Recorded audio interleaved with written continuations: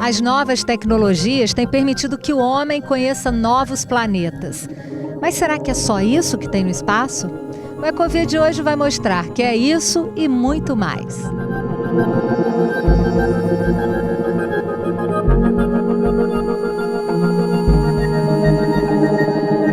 O Sol é muito mais que a principal fonte de energia do planeta Terra. Ele é o centro do sistema solar, por isso conhecê-lo é fundamental. O sistema solar onde vivemos é composto pelo Sol e tudo o que viaja em torno dele. São 8 planetas, satélites naturais, como a Lua da Terra, planetas anões, como Plutão e Ceres, asteroides, cometas e meteoros.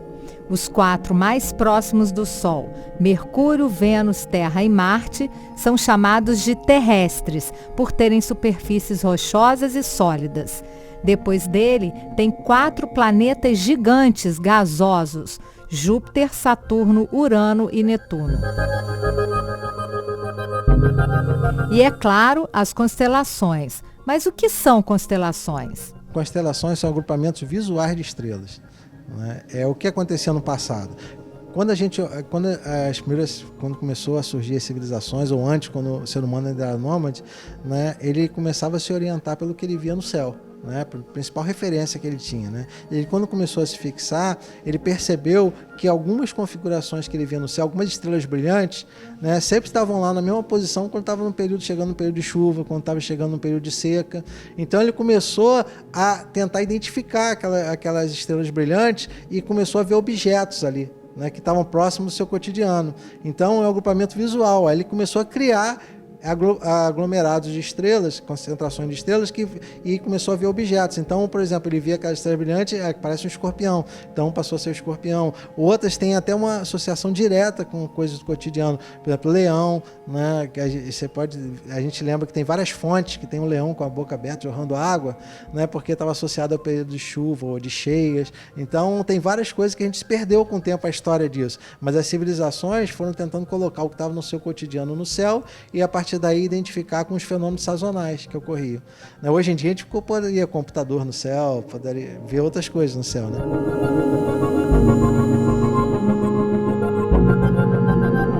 Mas aí acontecia um problema. Cada vez que alguém via alguma coisa, tentava mudar alguma coisa que já estava lá classificado. Então, a partir de um certo momento, definiu o céu. Ou seja, hoje em dia, a gente não cria mais constelações. A gente se utiliza do que já tem, que já vem desde a antiguidade. Então, se loteou o céu praticamente, como se fossem países. Então, a gente tem 88 regiões no céu.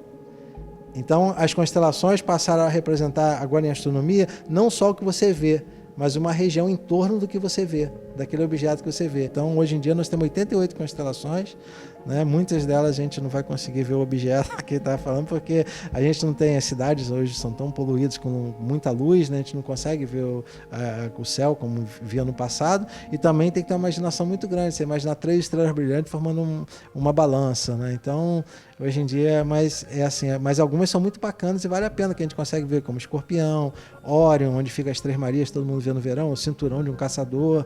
Então tem várias, e tem uma história mitológica por trás, então é muito bacana para a gente estar reconhecendo esses objetos no céu. No nosso sistema, todo esse mundo é administrado pelo Rei Sol.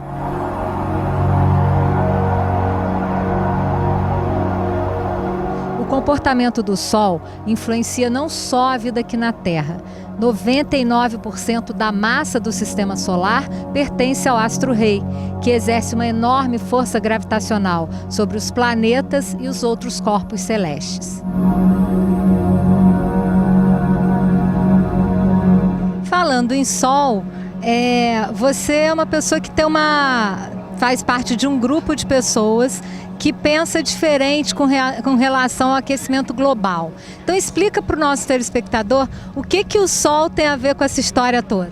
A gente, porque na realidade a discussão é se o que importa são os últimos 50 anos de industrialização ou a história da vida na Terra, né? Dessa história da Terra toda, né? Geológica da Terra, de formação. E a gente já sabe que no passado houve momentos que a Terra teve muito mais quente, né? A gente vive um período, né, interglacial, né? Então a gente tem muitas dúvidas em relação a se a maior contribuição para o clima na Terra é esse processo de industrialização, ou seja, a influência do ser humano, ou o Sol ainda continua sendo preponderante.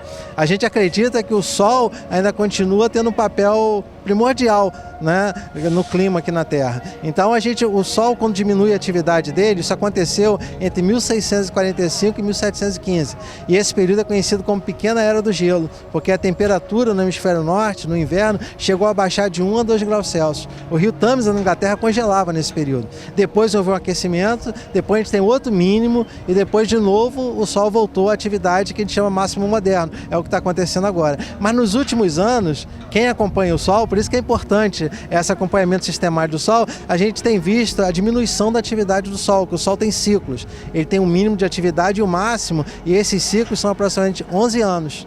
Então a gente está num desses ciclos, e esse último ciclo que a gente está acompanhando, ele teve uma atividade menor do que a prevista. Então existe um indicativo de que o Sol deve diminuir as suas atividades. E isso pode levar a uma alteração no clima da Terra, ao contrário do que muitos imaginam, em vez de aquecer a temperatura superficial da Terra, fazer que ocorra um resfriamento. E já tem dados em relação a isso. Você vai na Antártica, né, está aumentando as áreas de gelo, a área superficial de gelo na Antártica tem aumentado, né, em vez de diminuir. Isso é fato, ninguém contesta isso. No Ártico, a gente sabe que houve uma diminuição, mas nos últimos anos, 2013, 2014, eles aumentou em relação a 2012, 2011, quase 33% de área superficial no verão. Então, são dados precisos que se tem agora, então ninguém pode afirmar com certeza que o Sol vai diminuir a atividade ou que a temperatura vai baixar, mas há um indicativo nesse sentido, ao contrário do que se imagina, né, quando se prevê um aquecimento forte, né, na temperatura aqui na Terra. De qualquer forma, são dados que a gente precisa ainda acompanhar por mais tempo para saber qual vai ser o caminho, né, que a natureza escolheu para a gente, né? E aqui em Campos, o monitoramento do Sol é feito por Caio Crespo. Explica pra gente qual é esse trabalho que você está fazendo agora de observação do Sol. Muito bem.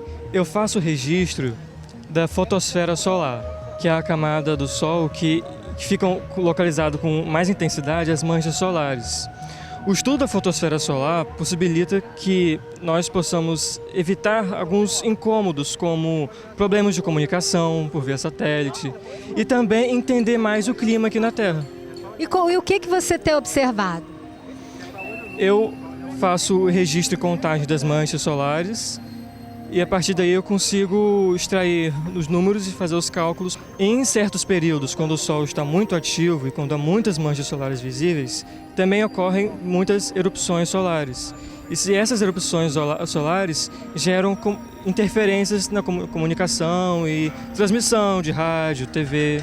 Então o estudo do Sol possibilita que se criem métodos para prevenir e contornar esses obstáculos. Com que frequência você observa o Sol? Diariamente. Você tem um telescópio especial para isso? Eu tenho um telescópio, então, simples, com um filtro especial. No próximo bloco, você vai conhecer como é a vida das pessoas que vão para o espaço observar os planetas.